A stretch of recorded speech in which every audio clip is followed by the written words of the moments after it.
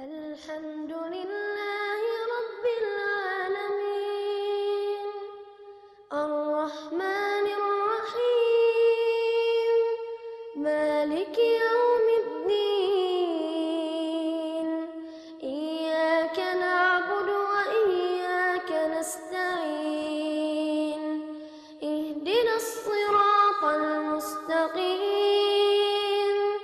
صراط الذين أنعمت عليهم غير المغضوب عليهم ولا الضالين.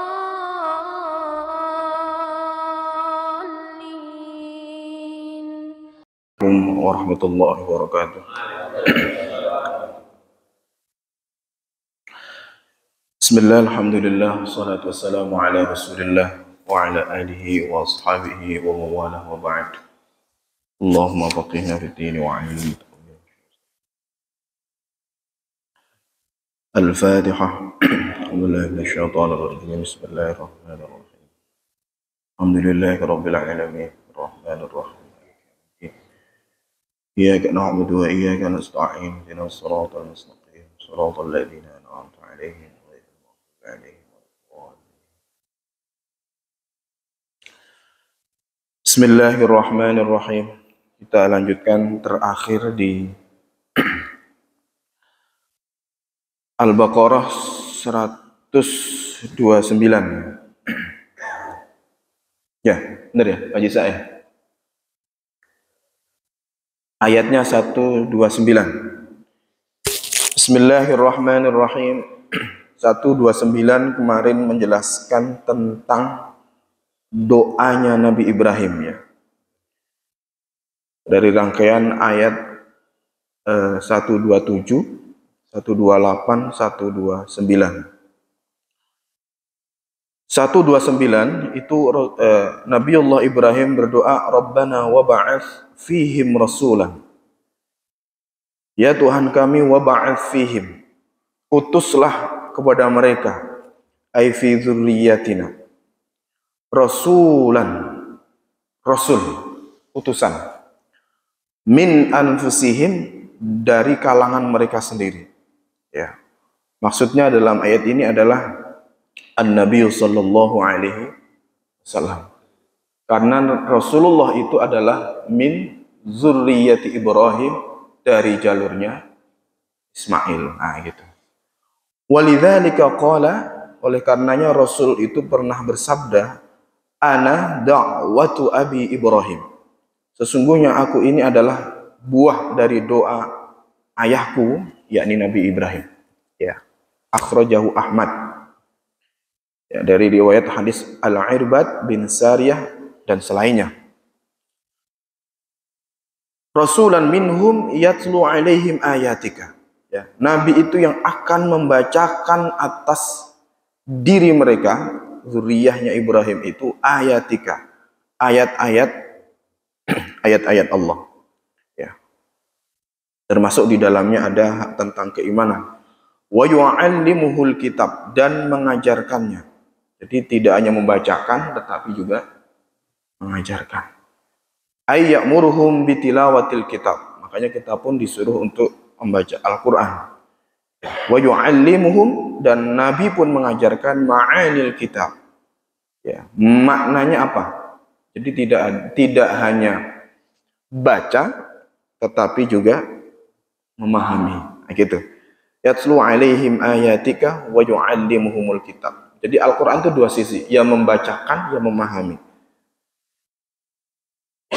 Wal hikmah, dan hikmah, ya, dan memberikan hikmah. Qala Asy-Syafi'i radhiyallahu anhu, berkata Imam Asy-Syafi'i, yang dimaksud hikmah dalam ayat ini, Al-Baqarah 129 adalah al-hikmatu sunnatu Rasulillah.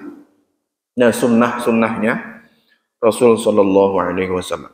Makanya sunnahnya pun menjadi pegangan. Nah, wa yuzakkihim, dan membersihkan mereka, ayutahhiruhum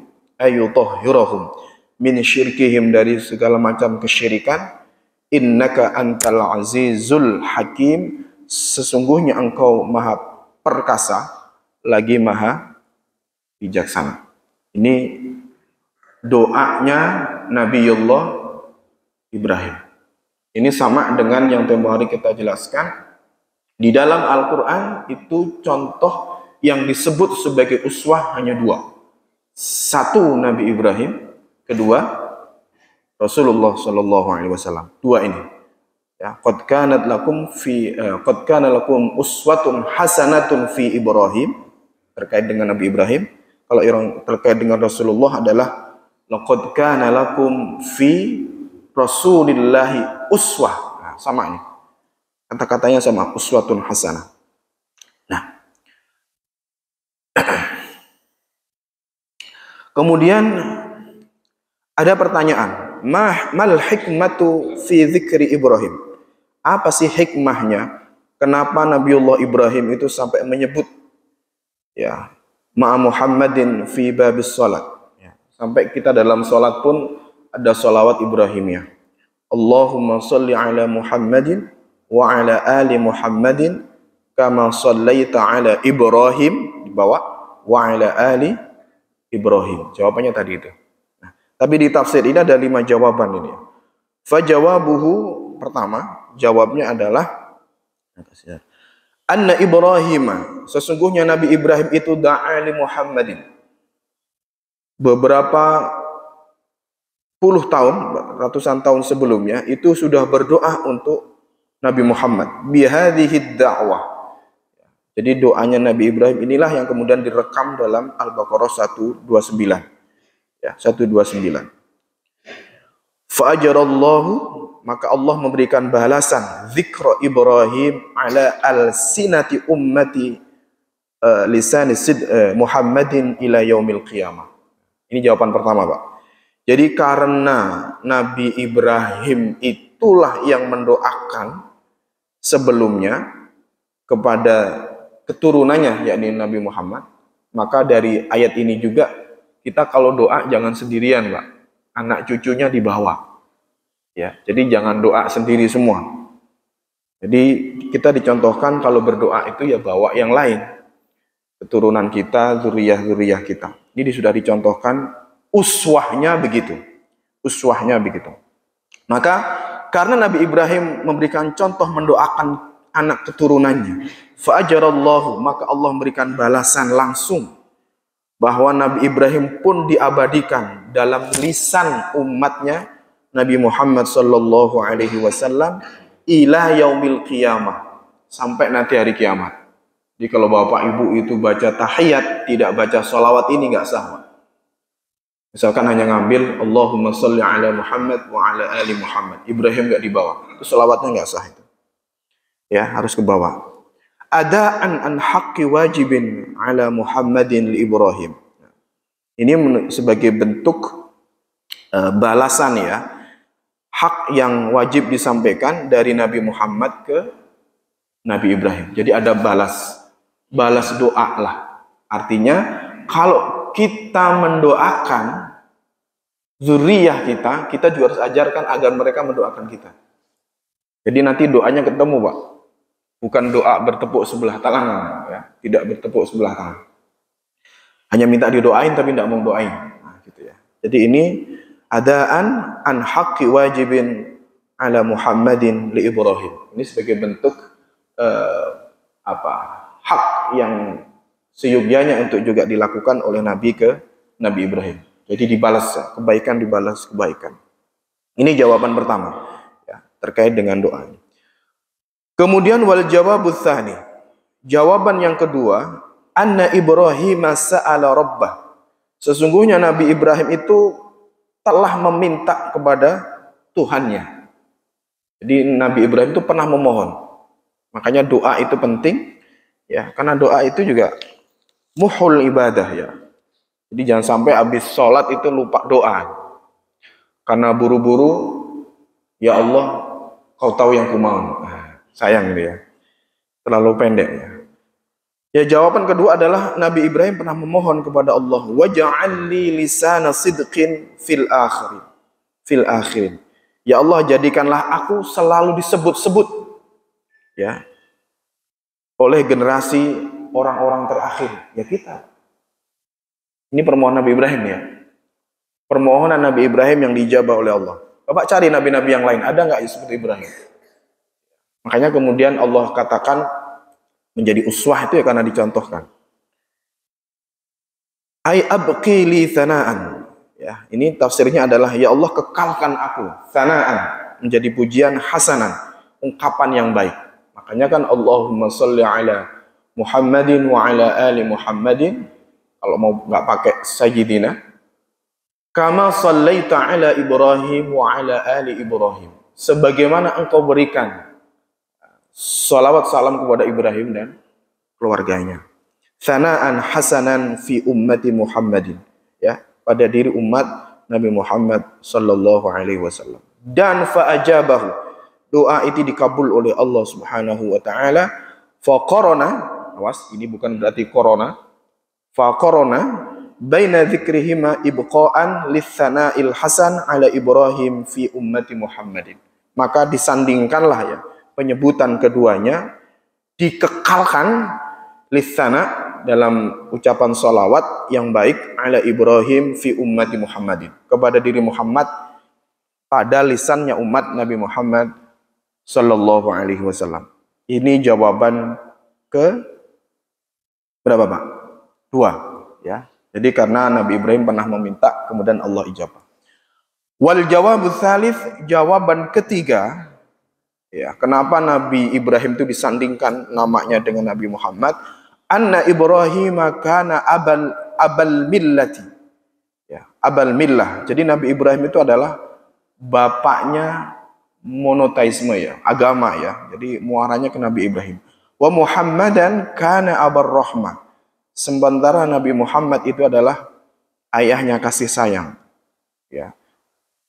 Pangkalnya kasih sayang Allah di dunia ya Rasulullah.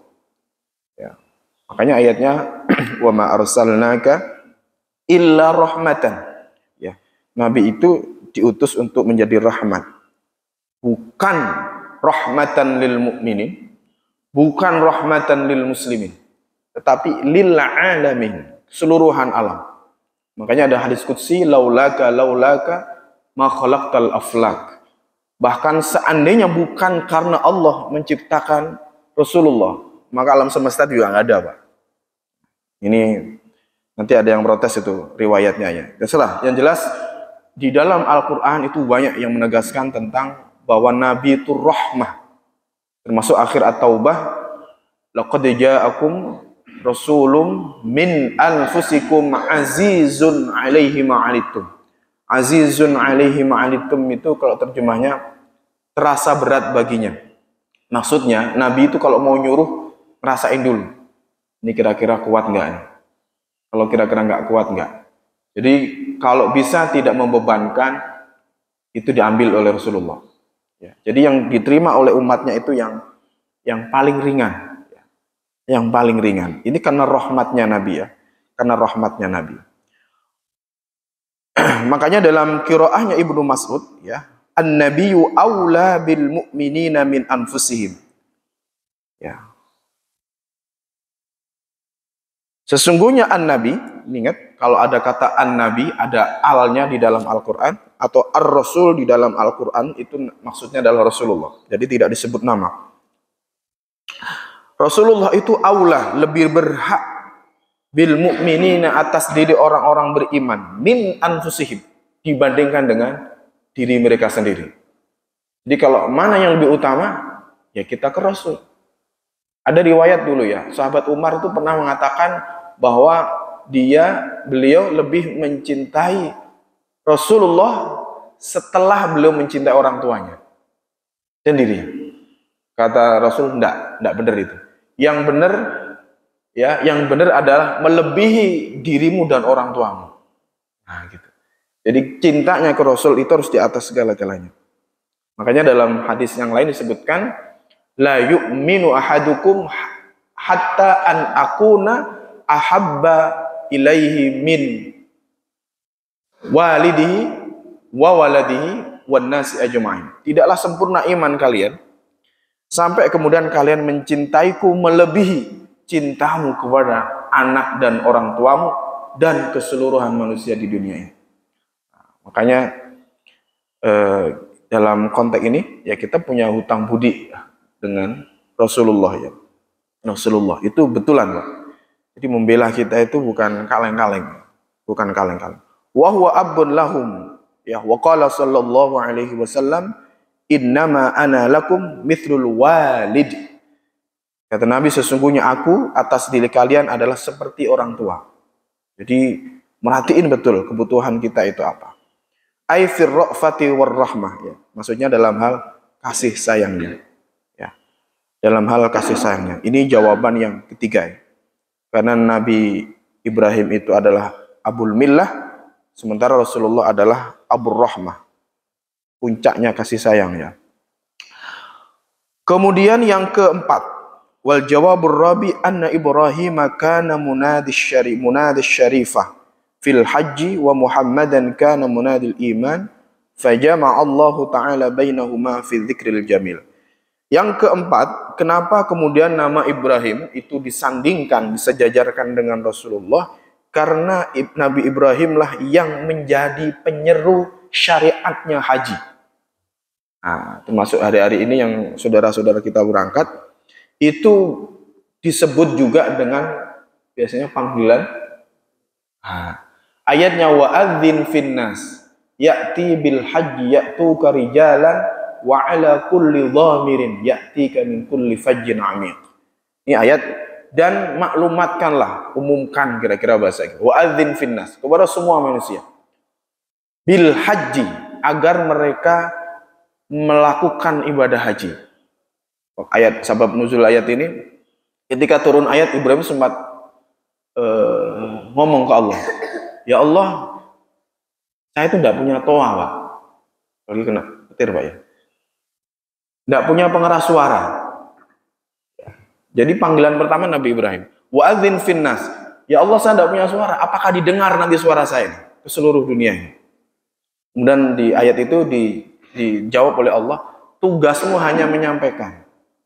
Nanti saya yang akan meneruskan frekuensinya ke hati orang-orang yang beriman itu. Turun ayat itu, wa'adzin finnas ya bil haji ya'tuka rijalan. Setelah panggilan Nabi Ibrahim itu, orang berbondong-bondong ke Mekah itu.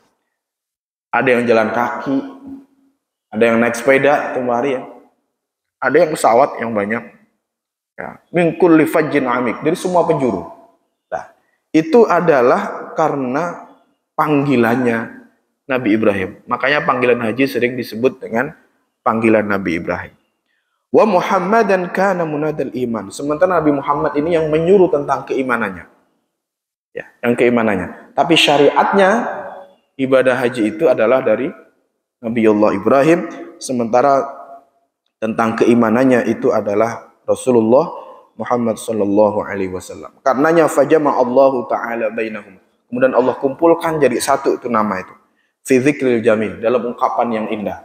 Allahumma shalli ala sayyidina Muhammadin wa ala ali sayyidina Muhammad kama shallaita ala sayyidina Ibrahim wa ala ali sayyidina Ibrahim. Itu adalah pengabadian dari Allah. Itu. Ini jawaban terkait dengan doa tadi ya. Doa yang dipanjatkan oleh Nabi Ibrahim kepada keturunannya, yakni Rasulullah sallallahu alaihi wasallam. Oke. Ada pertanyaan sampai di sini? Ya.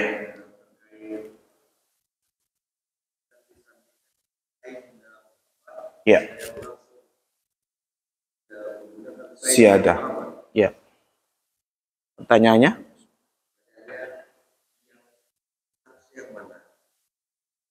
Ya. Ini menjadi perdebatan para ulama ya, dalam hal bagaimana mengungkapkan. Kalau kita melihat hadis, memang tidak ada siadah. Siadah itu baca Sayyidina. Makanya beberapa yang tekstual memahami hadis tidak pakai Sayyidina. Kenapa? Ngikutin hadisnya. Karena Nabi dalam hadis mengajarkan Allahumma sholli ala Muhammadin wa ala ali Muhammadin. Barusan pun sama. Jadi yang dalam tafsir ditulis ini adalah teks hadisnya. Jadi kalau menulis hadis itu kan tidak boleh ditambah dikurang. Nabi menyampaikan apa, yaitu yang kita baca.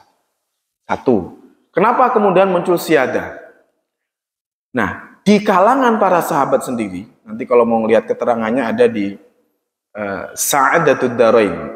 An-Nabhani itu punya penjelasan panjang lebar di situ, termasuk mengutip beberapa sahabat. Jadi sahabat itu nggak seragam, Pak. Ada yang baca Sayyidina, ada yang nggak baca. Kenapa? Yang baca itu alasannya adalah sulukul adab.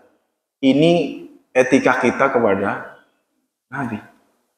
Ditambah ada ayat la taj'alu du'a ar-rasul ka du'a ba'dikum ba'dan. Janganlah kamu panggil Nabi itu seperti panggilanmu pada yang lain. Itu dasar yang pakai syiadah. Ya, yang pakai syiadah. Makanya ditambahin Allahumma sholli ala sayyidina Muhammadin. Jadi ini bukan dalam rangka mengkultuskan Nabi, tidak. Ini hanya panggilan karomahnya, tidak karomah ya, panggilan penghormatan saja. Sama seperti kita kan, manggil ayah kita kan manggil Pak siapa kan gitu, Pak RT, Pak RW. Tidak sebut nama. Tidak sebut nama. Lah kalau presiden saja kita panggil Bapak Presiden. Ini di atasnya presiden, Pak. Bahkan kekasihnya Allah. Nah, ini yang versi yang menggunakan syiadah. Masa kita manggilnya biasa? Jangkar kalau orang Jawa ya. Tidak pakai pengantar. Makanya biasanya ya kalau nggak Sayyidina, Nabiyina atau apalah kasih depannya. Jangan disebut nama. Ya. Jangan sebut namanya langsung. Ini namanya bagian dari etika. Sebagian para sahabat memberikan penegasan bahwa sulukul adab, memprioritaskan etika itu diutamakan dibandingkan ngambil dalil nas. Jadi akhlak itu di atas ilmu maksudnya gitu. Walaupun secara keilmuan boleh, tahu Pak. Jadi yang membaca syiadah itu tahu hadisnya nggak ada syiadah. Tapi karena ini menyangkut panggilan kepada Nabi, ya, Rasul itu dipanggil Allah saja nggak sebut nama, ya kan? Aula bil mu'minin. An-nabiyyu aula bil mu'minin. Bapak cari dalam Al-Quran yang Allah manggil nama itu. Tidak ada. Ya Muhammadu tidak ada. Ya ayyuhar rasul. Ya ayyuhan nabi. Kan itu. Wahai rasul, wahai nabi. Itu panggilan Allah kepada Nabi. Nah kita ini. Nah itu. Ini versi yang tidak, yang pakai syiadah. Sementara yang tidak, balik lagi tadi. Karena berpegang pada letter tekstual dalil. Ya, bahwa memang hadisnya tidak ada. Nah gitu. Hadisnya tidak ada, syiadah itu tidak ada. Gitu. Maka ini menjadi titik perbedaannya. Tinggal kita mau yang mana, gitu loh. Yang penting paham dulu nih, duduk persoalannya apa. Kenapa? Karena membaca Sayyidina itu ada riwayatnya. Ana sayyidu waladi adna, waladi Adam. Itu ada, Nabi pernah ngomong Sayyidina juga. Saya ini penghulunya manusia. Kayak gitu ya, anak keturunan Adam. Nah, logikanya, ini sekali lagi versi yang pakai syiadah. Tidak mungkin dong Rasul itu narsis misalkan gitu. Masa panggil saya Sayyid ya? Kan enggak. Nabi kan Raufur Rahim. Ya. Jadi, ya pasti yang disampaikan ya yang biasa-biasa. Nah, hanya sahabat inilah kemudian yang menerjemahkan itu. Nah, makanya kembali lagi, sebagian sahabat ada yang kekeh pakai syiadah, sebagian yang lain enggak. Bukan karena jangkar, bukan karena melawan, tapi karena melihat teks hadisnya memang begitu. Kalau niat kita berangkat dari situ ya monggo silahkan. Ya. Tapi kalau yang lain pertimbangannya adalah ini Rasulullah, ini yang belain kita manggil yang enggak belain kita ada pengantarnya, gelarnya disebut, maka Nabi enggak disebut. Nah gitu. Jadi itu logika yang dibangun dan itu sudah banyak didiskusikan. Sekali lagi kalau bagi kita silahkan difahami argumentasi masing-masing. Setelah tahu alasannya, reasoningnya, silahkan milih. Mau srek yang pakai syiadah atau yang tidak. Yang penting kalau misalkan klik dengan yang syiadah, hargai yang tidak pakai Sayyidina. Berarti dia mengacu pada keumuman hadis, teksnya hadis. Sebaliknya yang pakai, tidak pakai, hargai yang pakai syiadah. Kenapa? Ini juga diajarkan. Walaupun tidak disepakati oleh para ulama. Apalagi kita orang timur kan, biasanya kalau manggil orang itu dipanggil sepanjang manggil apa? Gelarnya Al-Mukarram, apa Pak? Sohibul Fadilah, apa lagi Pak? Yang mulia, apa? Lah ya, giliran manggil Nabi nama lah kan? Itu yang kemudian menjadi titik sentral ya. Kadang menjadi perdebatan yang sebenarnya tidak perlu diperuncing. Selama berangkatnya benar ya, berangkatnya benar. Kadang kita itu debatnya debat kusir Pak. Ya, bukan debat penumpangnya, debat kusir. Nggak jelas nih yang debat nggak paham, yang di debat juga ngaco. Nah ini kan nggak jelas ujung pangkalnya. Oke, ada lagi yang lain?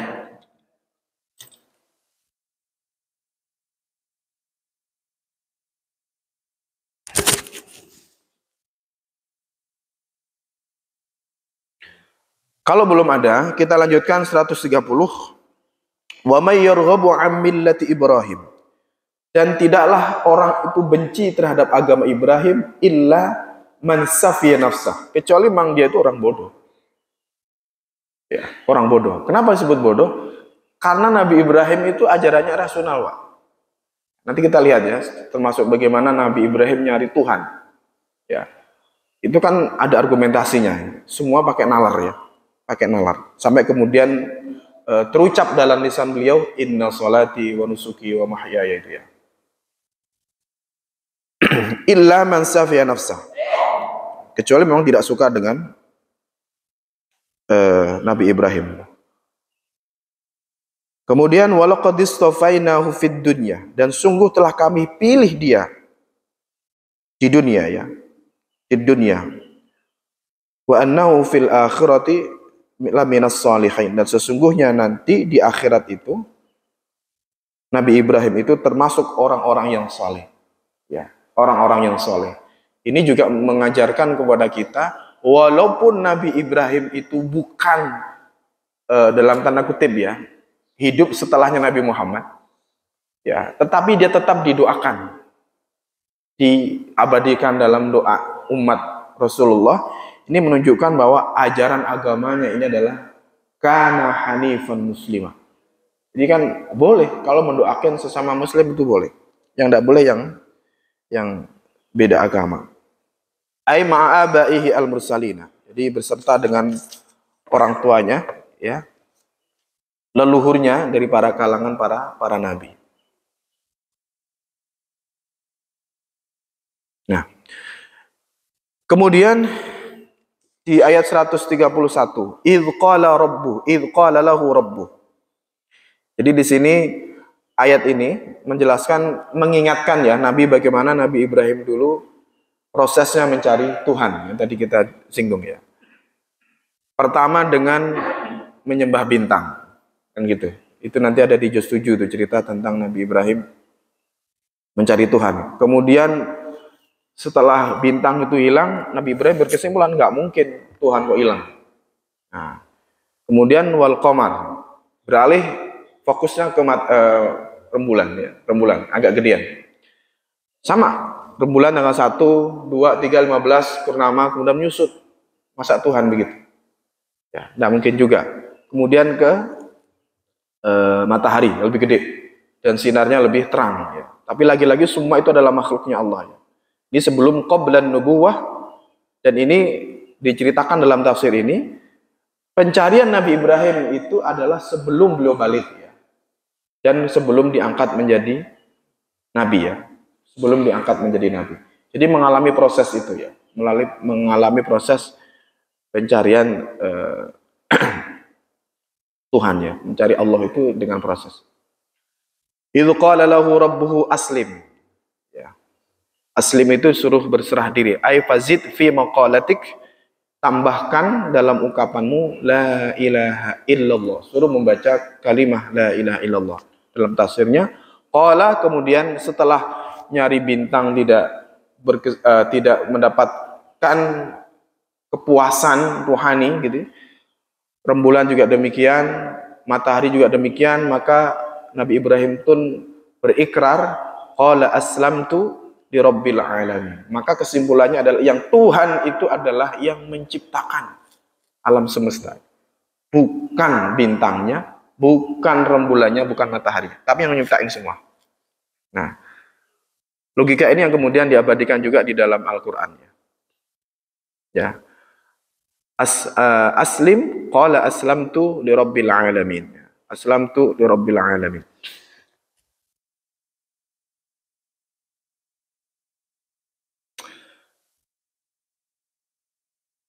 Kemudian di ayat selanjutnya, ayat 132, wa wassa biha Ibrahim banihi wa Yaqub.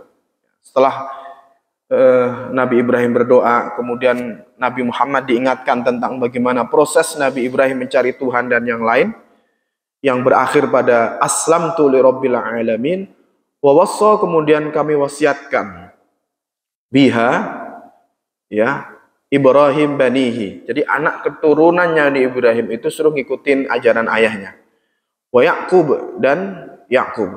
Di sini sebutkan bahwa Nabi Ibrahim itu punya 8 putra ya. Yang terkenal adalah Ismail, ini dari ibunya Hajar. Hajar ini dari Mesir. Kemudian Ishak, Nabi Ishak, Pak Ishak, ini dari ibu Sarah ya. Kemudian ada yang lain, yang 8 berarti sisa 6 ya. 6, 8. Jadi ada namanya apa ini? Tapi kita jarang dengerin ya. Wahum Madan, Madian, wa Yakshan, wa Zamron ya. Wa Ashbuk, wa Syuh ya. Ada 6 berarti Madan, Madian, Yakshan, Zamron, Ashbuk, wa Syuh ya. Ini dari ibu yang lain ya. Ibu yang lain. Jadi anaknya Nabi Ibrahim itu ada 8, tapi yang terkenal adalah 2 ini, Nabi Ismail dan Nabi Ishak. Ya. Kemudian wa Yaqub dan Yaqub. Ya. Jadi yang diwasiatkan tidak hanya ke keturunan Ibrahim, tapi juga ke keturunan Yaqub. Apa wasiatnya? Ya bunayya, wahai anak keturunanku. Ya bunayya innallaha, sesungguhnya Allah istofa, ay ikhtara. Sesungguhnya Allah telah memilihkan kepadamu, lakum, atas diri kalian, ad-din, ay dinul Islam. Ya. Jadi keturunan Nabi Ibrahim dan Ishak itu sudah diwasiatkan agar mengikuti agama yang telah dipilihkan. Maka diwanti-wanti wasiatnya, fala tamutunna illa wa antum muslim. Maka sekali-kali janganlah kalian meninggal kecuali dalam keadaan muslim, ya, dalam keadaan Islam, kayak gitu. Nah, dalam ayat selanjutnya, ini ayat berbicara lagi terkait dengan orang-orang Yahudi ya. Rawa annal yahuda qalu, disebutkan bahwa orang-orang Yahudi itu berkata li Rasulullah sallallahu alaihi wasallam, alasta ta'lam, wahai Muhammad, apakah kamu tahu, anna Yaquba, sesungguhnya Nabi Yaqub itu ausa banihi bil Yahudiyah. Jadi Yakub itu mewasiatkan putra-putranya agar mengikuti agama Yahudi. Yauma mata, ketika dia sedang naza ya, sekarat mau meninggal. Maka fanazalat hadhil ayat. Turunlah ayat ini. Berarti ini sebab nuzul. Apa ayat yang turun? Am kuntum syuhada. Apakah kamu orang Yahudi itu syuhada, hadir ketika Nabi Yakub meninggal? Ya. Akuntum ya ma'syarul yahud. Ya, apakah kalian orang-orang Yahudi itu hadir? Kok mengatakan bahwa Nabi Yakub berwasiat agar menjadi pemeluk Yahudi? Nah, id hadara Yaqubal maut. Ya. Nah, ini yang kemudian dibocorkan oleh malaikat Jibril, id qala li banihi, padahal sebenarnya yang diwasiatkan bukan suruh menjadi Yahudi. Tetapi pertanyaannya adalah wasiatnya, id qala li banihi ma ta'buduna min ba'di. Wahai anak-anakku, setelah aku meninggal, kira-kira kamu tuh menyembah siapa? Ini wasiatnya Nabi Yakub, bukan suruh jadi Yahudi. Maksudnya gitu ya. Qalu, kemudian anaknya Yakub menjawab, na'budu ilahaka. Aku akan meneruskan Nah, ini juga pelajaran bagi kita untuk menjaga generasi setelahnya, anak-anak kita. Pastikan bahwa kita sudah memberikan wasiat yang baik. Ya. Na'budu ilahaka. Kami akan menyembah Tuhanmu wa ilaha abaika, dan Tuhan ayahmu Ibrahim. Ya. Nabi Ibrahim wa Ismail, Nabi Ismail wa Ishak dan Ishak. Ilahan wahida. Dengan Tuhan yang satu, yang esa. Ya, ilahan wahida wa nahnu lahu muslimun. Wa nahnu lahu muslimun. Jadi sekali lagi ayat yang ke-133 ini membantah ya klaimnya orang Yahudi yang menanyakan kepada Rasulullah bahwa sesungguhnya Yakub itu pernah mewasiatkan anak keturunannya untuk menjadi Yahudi, tetap Yahudi. Padahal sebenarnya pertanyaan Yakub bukan itu, ya. Bukan itu. Dan ini dijelaskan persis seperti yang diabadikan di 133. Na'budu ilahaka wa ilaha abaika Ibrahim wa Ismail wa Ishak. Ini juga mengajarkan bahwa para nabi dan rasul terdahulu, seperti yang dijelaskan oleh Rasulullah sendiri, bahwa aku ini adalah penerus, ya, penerus para nabi sebelumnya. Itu satu frekuensi, Pak, ya. Satu frekuensi. Ajarannya adalah tauhid, ya. Muqirruna bil ibadah wa tauhid. Jadi ini sebagai bentuk ikrar, ya, penegasan bahwa para nabi dan rasul jauh sebelum Rasulullah juga diutus, sebelum berhadapan dengan orang-orang Yahudi pun sudah menyampaikan risalah yang sama. Menyampaikan risalah yang sama. Nah, ini sekali lagi mempermalukan orang Yahudi, ya, terkait dengan klaim-klaimnya yang dianggap bahwa Nabi Muhammad itu tidak tahu. Walaupun betul lahirnya belakangan, tetapi kan akses informasinya A1 lewat Jibril. Ya, lewat Jibril. Makanya orang Yahudi itu gedek banget sama Jibril, ya, karena ini, Pak. Semua cerita terkait masa lalu itu semua disampaikan ke Rasulullah, tanpa dikurang, tanpa ditambah. Ya, itu semua yang diabadikan di dalam Al-Qur'an. Ya, itu semua yang diabadikan dalam Al-Qur'an. Oke. Sampai di sini mungkin ada pertanyaan? Ya, silakan, Pak.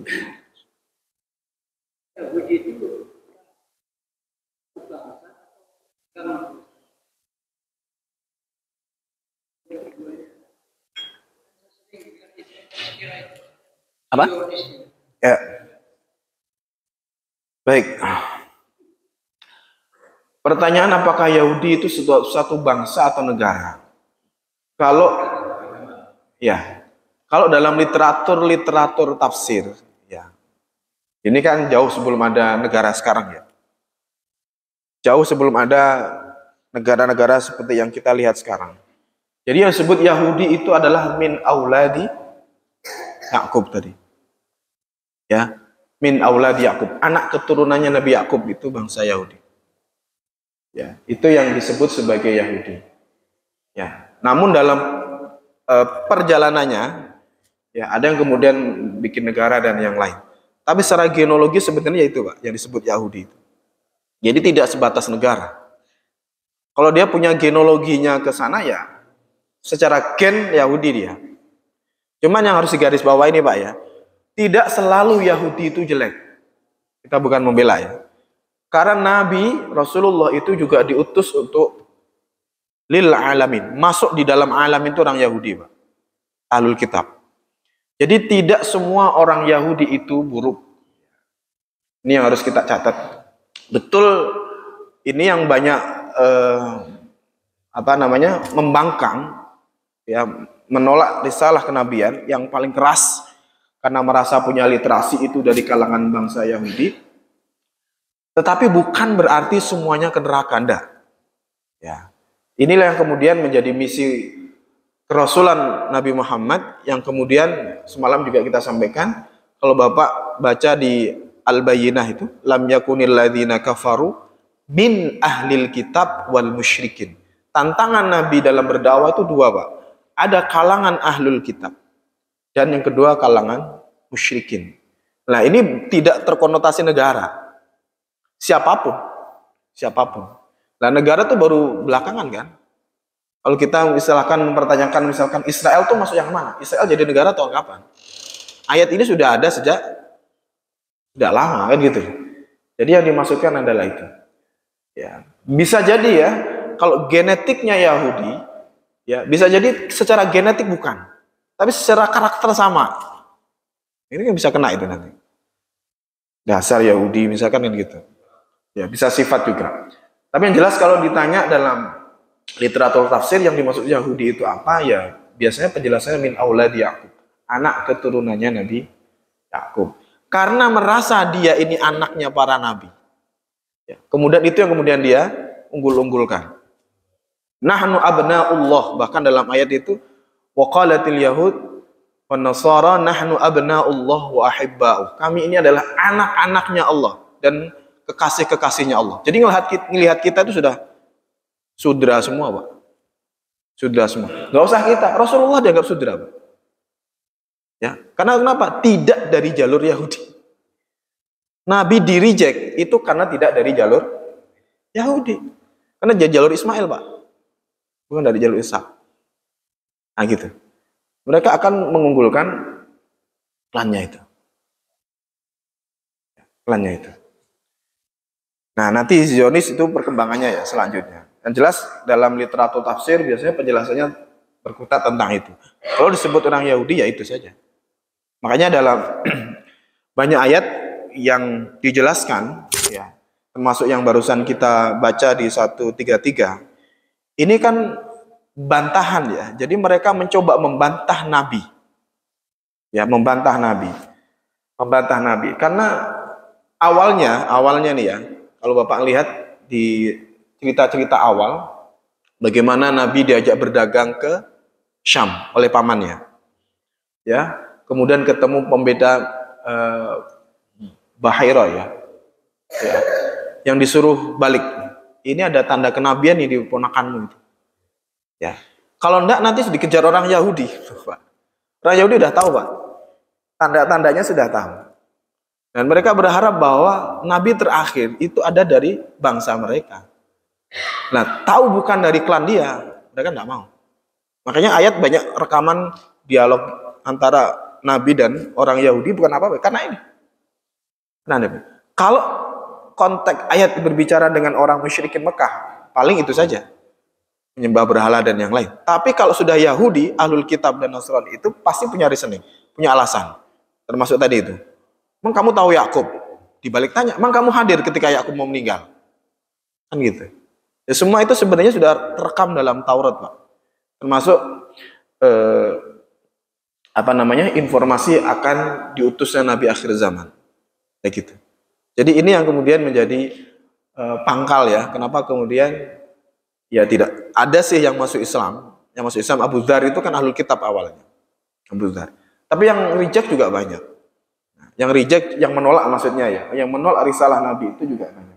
Namun sekali lagi yang ditegaskan oleh Allah ke Rasul, tugasmu hanya menyampaikan. Mau itu Ahlul Kitab, mau itu musyrikin. Asal dia mau menerima ya tugasmu hanya sebatas itu. Kalau tidak mau menerima sudah. Tidak ada dosa. Ya, tidak ada Nabi tidak dituntut untuk mengislamkan kira-kira gitu. Itu kan sebenarnya kan nanti kalau kita teruskan termasuk ayat lakum dinukum waliyadin, ini kan ceritanya negosiasi musyrikin Mekah kepada Nabi. Nah, ini kalau versinya yang musyrik kan begitu. Minta gantian, tahun ini Nabi ngikutin, tahun depan orang musyrik ngikutin Islam dan seterusnya. Kan langsung di blok. Lakum dinukum waliyadin. Tidak mau ya sudah. Tidak mau ya sudah. Alul Kitab juga sama, Pak. Kalau dia mau menerima risalah Islam sejalan dengan informasi yang ada di Taurat bagi kalangan Yahudi. Kalau mau menerima silahkan, enggak juga enggak apa-apa. Nah, ini ceritanya ingin debat. Makanya nanti termasuk kisah Bani Israel dan yang lain itu kan menggambarkan bahwa yang didebat oleh kaumnya tidak hanya kamu Muhammad. Kira-kira Allah mau menegaskan itu. Nabi-nabi terdahulu tuh enggak kalah. Sama, masalahnya itu sama kayak kamu. Jadi ya slow saja, ya emang begitu. Ya, jadi untuk menguatkan ya bahwa tantangan orang berdakwah itu ya begitu. Dari dulu. Ya, dari dulu. Enggak hanya cuma zaman kamu, yang lain juga sama. Jadi ini adalah sebenarnya rekaman saja, Pak, mengajarkan kepada kita bahwa proses orang mendapatkan hidayah, proses orang beriman, proses orang menyampaikan kebenaran itu juga ya ada jalan yang berliku, jalan berliku. Termasuk Allah menegaskan dalam ayat yang lain, andaikan Allah ingin menjadikan seluruh manusia itu beriman, bisa. Tapi kan Allah nggak berkehendak gitu, Pak. Jadi kalau mau iman semua silakan, bisa saja, itu disebutkan. Tetapi ketetapan Allah tidak demikian. Nah, ini untuk hikmahnya untuk menunjukkan bahwa ya tergantung kita. Jadi pilihan-pilihan itu tergantung manusianya. Hikmahnya adalah itu memilih ya, untuk menentukan kita nanti di mana. Jadi tidak ada orang yang dizolimi. Ya, misalkan kita ambil analognya seperti bangsa malaikat itu kan diciptakan dalam ketaatan, Pak. Ya nggak menarik, Pak. Apa yang menarik? Kan flat itu kan? Malaikat itu kan flat, baik terus kan, Pak. Mau ditaruh di mana baik. Ya. Nggak ada keinginan bangun masjid kayak gini itu nggak ada. Ya, itu aja. Tapi karena manusia itu naik turun fluktuatif ya. Itu seninya. Di sisi lain ya itu menunjukkan kebesaran Allah. Di sisi lain juga ya tadi ada plus minusnya ya. Bahwa nanti ada orang-orang yang terjerumus karena pilihannya dan orang yang masuk surga karena pilihannya. Jadi nggak ada kemudian orang merasa dirinya dizolimi oleh Allah, itu tidak ada. Karena semua mendapatkan pilihan dan kesempatan yang sama. Paling gampang masing-masing kita kan dapat waktu 24 jam. Ya, ngaji saya. Ada yang lebih? Bisa melambaikan tangan, Pak. Semua sama kan? Semua orang kasih modal yang sama, kesempatan yang sama, dan silakan masing-masing dengan ikhtiarnya sendiri. Nah, Allah hanya memberikan guidance, Quran. Kemudian prototipnya Nabi. Tinggal mau jalan kemana? Mau ke utara, mau ke selatan. Pilihan sendiri-sendiri. Wa ma ana bidzallamin lil 'abid. Jadi sekali-kali saya tidak pernah menzalimi hamba-hambaku. Yang ingkar pun dianggap sebagai umatnya Allah, Pak. Mau balik silakan nggak ya terserah. Nah gitu.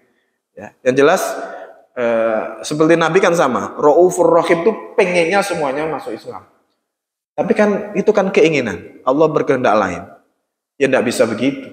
Ada hukum alam yang bekerja. Nah, kita harus ngikutin ritmenya itu. Ya, ngikutin ritmenya itu. Jadi nggak bisa kemudian bim salah bim gitu ya. Semua ada prosesnya, ada proses. Baik, saya kira itu. Ada lagi?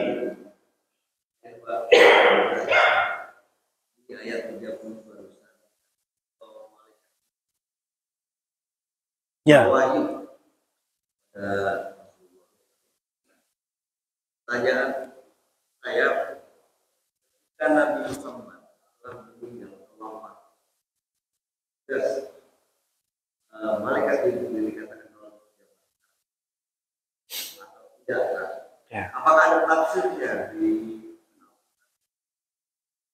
Ya, baik. Betul, memang tugasnya malaikat Jibril itu penyampai wahyu. Wahyu dari Allah kepada para nabi dan rasul. Jalurnya itu saja, Pak. Satu. Pertanyaannya bagus. Setelah nabi itu sudah wafat 1400 tahun yang lalu. Sekarang malaikat Jibril ngapain, Pak? Pensiun? Tinggal menikmati hari tua? Atau gimana? Anggur? Nah, jawabannya gini.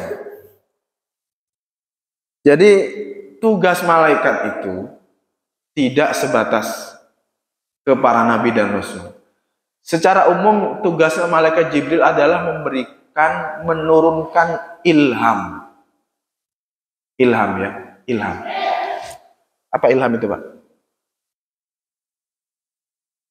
Apa, Pak Jirahman? Ilham, intuisi. Ada orang yang mengaku dapat ilham tuh. Itu jalurnya dari sana. Ya, jadi bukan kemudian berhenti, Pak. Bukan pensiun. Yang tutup itu adalah kenabian. Risalah kenabian. Nggak ada risalah baru. Ya, tidak ada risalah baru. Selesai wafat Rasulullah, selesai. Tidak ada risalah baru. Allah tidak menurunkan risalah selanjutnya. Nah, sementara ilham itu tetap jalan sampai nanti kiamat. Ya tadi kita sampaikan, para nabi dan para malaikat itu tugasnya flat, Pak. Yang disuruh tasbih sampai sekarang tasbih, tidak berhenti. Ya, dia tidak ada pikiran ngopi, sarapan tuh nggak ada. Kenapa? Ya emang diciptakan dari awal dalam kebaikan. Kayak gitu. Para nabi dan rasul, para malaikat tuh begitu. Sebaliknya syaitan kan sebaliknya itu. Karena dia dinas ar-rajim yang terkutuk, ya kerjaannya itu. Dia nggak pikiran bagaimana mensolehkan diri, itu enggak. Manusia ada di tengah-tengah itu ya. Manusia itu ada di tengah-tengah antara malaikat dan syaitan.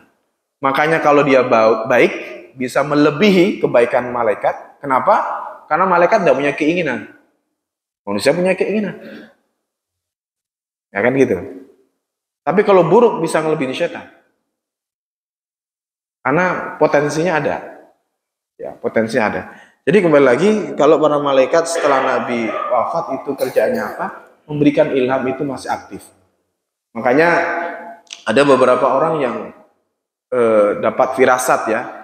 Firasatul mukmin ya. Jadi orang-orang beriman itu kadang dapat firasat atau orang yang ahli di bidang itu, bisa mengakses itu bisa. Ya, jadi tidak berhenti. Hanya harus diingat tidak ada risalah kenabian.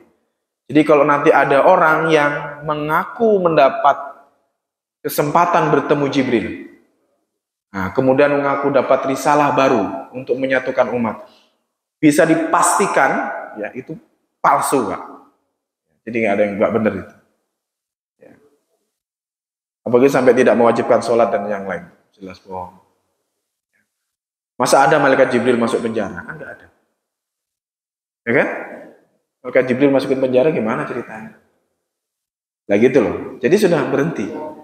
Ya. Untuk risalah sudah berhenti. Jadi untuk tugas kemalaikatannya masih. Ya sama kan, turun hujan, membagi rezeki kan malaikat semua. Ilham itu ya Jibril yang turun. Memberikan firasat dan yang lain. Yang bagus ya, makanya nanti dilihat juga. Karena ini sangat personal. Sangat-sangat personal. Jadi kalau ada orang mengaku mendapatkan ilham atau ketemu malaikat Jibril dan yang lain, kemudian dilihat aja tuh, haliahnya gimana, kesehariannya gimana. Kalau ke masjid saja tidak pernah misalkan gitu ya, mengaku ketemu Jibril, walaupun dia bisa jalan di atas pohon misalkan gitu ya, nggak bener. Masa orang kayak gitu ditemuin Jibril, dari mana cerita? Kan gitu. Jadi maknanya itu ya, maknanya bahwa Jibril berhenti bertugas dalam menyampaikan risalah kenabian, tapi bukan yang lain. Ya, bukan yang lain. Yang lain masih aktif. Masih aktif. Ya karena mereka ini diciptakan untuk itu. Ya, diciptakan untuk itu. Oke? Masih? Silakan.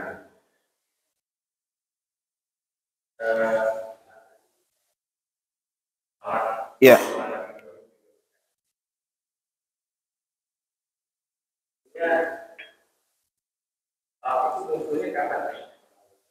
Sholawat. Ya. Kalau pertanyaannya munculnya sholawat, ya sejak awal, Pak. Itu kalau Bapak baca innallaha, nah itu munculnya sholawat tuh. Innallaha wa malaikatahu. Innallaha wa malaikatahu yusalluna. Itu sholawat. Alan Nabi. Loh, balik lagi kan? An-Nabi. Enggak ala Muhammadin, enggak. Innallaha wa malaikatahu yusalluna. Ya. Jadi sesungguhnya Allah dan para malaikat-malaikat yusalluna. Nah, ini kalau analisa kebahasaannya itu fi'il mudhari. Continuously. Artinya selalu, terus-terusan. Sampai sekarang nggak berhenti, Pak. Sholawat ke Nabi itu dari Allah. Kan? Dari Allah nyuruh para malaikat. baru manggil kita, ya ayyuhalladzina amanu shallu. Itu Pak. Baru kita disuruh. Jadi Allah duluan, kemudian malaikat nomor 2, ketiga kita belakang. Suruh mengucapkan shallu alaihi wasallimu taslima. Makanya redaksi sholawat Allahumma sholli wasallim dari ayat itu. Nah, nanti ujungnya ada ala sayyidina, ada langsung ala Muhammadin. Serah. Yang penting jelas ya. Kalau Bapak mau nggak pakai itu berarti dasarnya ke sini. Tapi kalau yang mau pakai landasannya tadi itu, sulukul adab. Alasannya adalah karena etika kita ke Rasul. Yang kedua, ini juga sering menjadi tebakan nih, Pak. Perintah Allah yang manakah? Yang sebelum Allah memerintahkan Allah kerjakan sendiri. Ya kan? Kalau ada pertanyaan itu jawabannya salawat. Oh iya, pernah dengar Allah ngeriain sholat, Allah sholat duluan? Ada. Haji Allah haji duluan? Ada. Puasa Allah puasa duluan? Ada. Ini ayat menegasin bahwa sesungguhnya Allah dan para malaikatnya duluan sholawat, ya kan? Baru manggil kita. Itu menunjukkan bahwa sebelum nyuruh Allah lakukan sendiri. Nah gitu Pak. Itu berangkat dari situ. Makanya posisi sholawat itu juga penting, walaupun tidak, kalau sholat wajib ya, walaupun tidak seperti yang lain ya, maksudnya tidak seperti haji, umroh gitu ya, haji atau misalkan sholat dan yang. Tapi kalau tidak ada sholawat memang nggak sah. Jadi gitu. Jadi kalau pertanyaannya sejak kapan? Sejak awal. Allah kayak gitu. Sejak awal.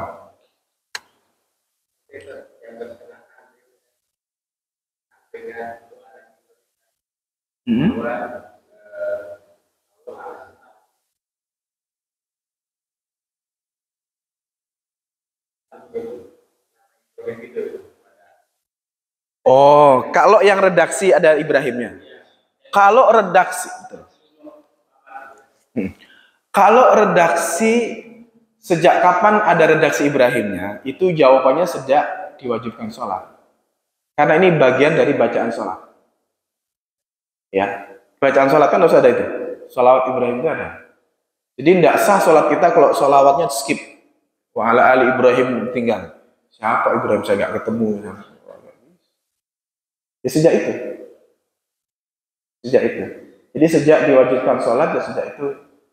Kalau redaksinya tambahan Ibrahim itu diwajibkan. Tapi kalau sebatas ke Rasulullah ya sejak awal. Begitu. Ya, kalau dari Nabi itu sejak ayat itu. Al-Ahzab itu ya. Al-Ahzab yang menegaskan bahwa salawat itu juga lebih dulu dibaca oleh Allah dan para malaikat. Oke, masih? Cukup ya. Baik, saya kira itu, kurang lebihnya mohon maaf. Wal afu minkum. Assalamualaikum warahmatullahi wabarakatuh.